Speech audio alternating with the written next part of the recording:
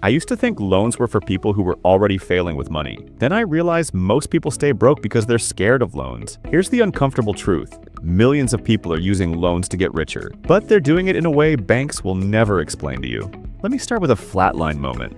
At 22, I took my first loan. Nothing fancy, just a small personal loan. I thought, cool, I'll pay it back. But within months, I was poorer than before. Not because I was irresponsible, but because I didn't understand how loans actually work. And that mistake? It quietly cost me thousands in interest, fees, and missed opportunities. Most people think the danger is taking a loan, but the real danger is taking the wrong loan for the wrong reason. That's where everything breaks, because loans can either trap you for years or become the cheapest money you'll ever use. And the difference is mindset. But here's where most people get it wrong. Mistake number 1, using loans to consume, not convert.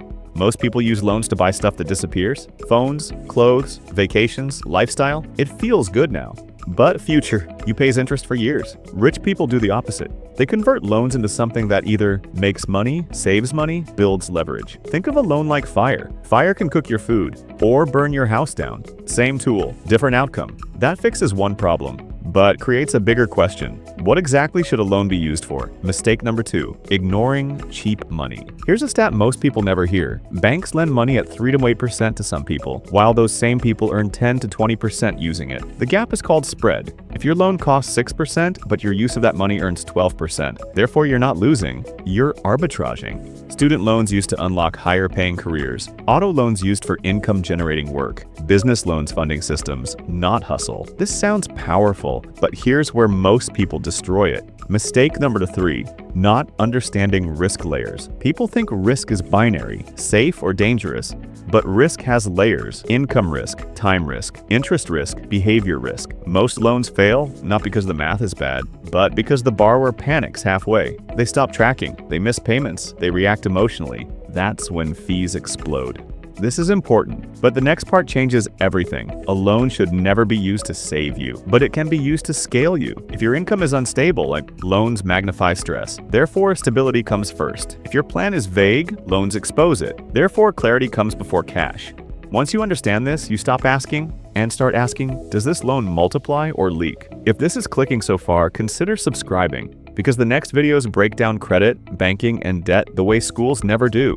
I want to give you a decision framework you can use for any loan. It's called ERCRT. Will this loan directly increase my income or future earning ability? Risk control.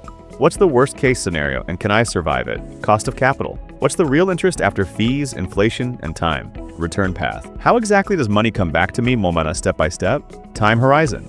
How long until this loan stops being a burden and starts being leverage? If you can't clearly answer all 5, therefore the loan is a trap. If you can, therefore the loan becomes a tool. Remember the loan that made me poorer at 22? Same system, same banks, but different understanding. Once I learned to use loans intentionally, my fear disappeared, my credit improved, my options multiplied. Most people will never learn this. They'll either avoid loans forever or drown in them. You don't have to. Watch that before you take your next financial step, because once you see this pattern, you can't unsee it. And that's how loans stop controlling you and start working for you.